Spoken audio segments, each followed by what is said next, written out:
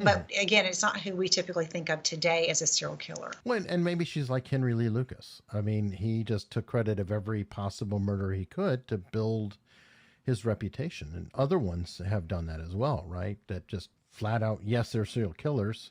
They kill X number, but then they say, oh, but I did this one and this one and this one. And just any killing they read about, they pretend they did or assume. It's not uncommon. It certainly has happened that serial killers who have been caught then begin to confess to more kills than they've actually had. And I think that's generally done for one of two reasons. One, of course, is, okay, I'm going down, so I might as well go down as more famous than as famous as I can. So I'm going to exaggerate, and I'm the most evil person in the world, et cetera, et cetera.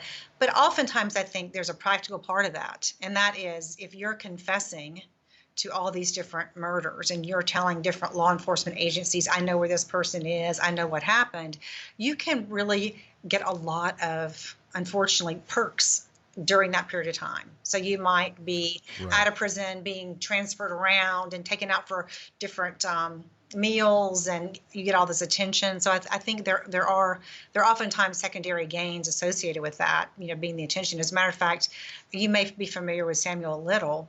Samuel Little was a serial killer who operated from 1970 to 2005. So this is a 35-year killing spree. And in 2018, he confessed to 93 murders. And initially, law enforcement, for these very reasons we're talking about, were just like, okay, here we go again. Because one of his big motives was he wanted to change prisons. He hated the prison he was in.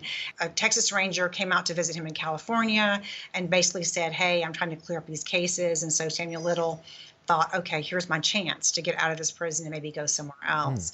The twist in this is that so far they have been able to confirm almost 60 of these murders.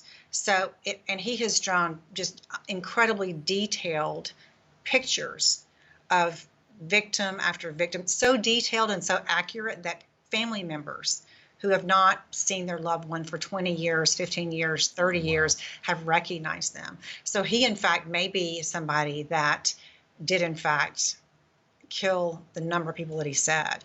But because of this history of individuals confessing, right, to more than they actually killed, initially his confessions were discounted. Right, and I think they did just acknowledge recently that he effectively has the record. Yes. That he, which is a horrible record, but the Green River Killer, I think, was the biggest killer prior to that, and now it is this guy.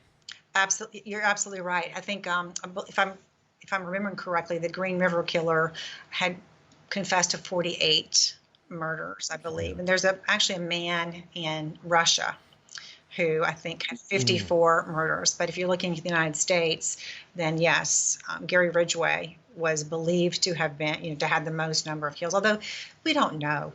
I mean, just like there are serial killers who've confessed to more, there have been plenty of serial killers. Ted Bundy, for example, who I think eventually confessed to between 33 and 37 murders.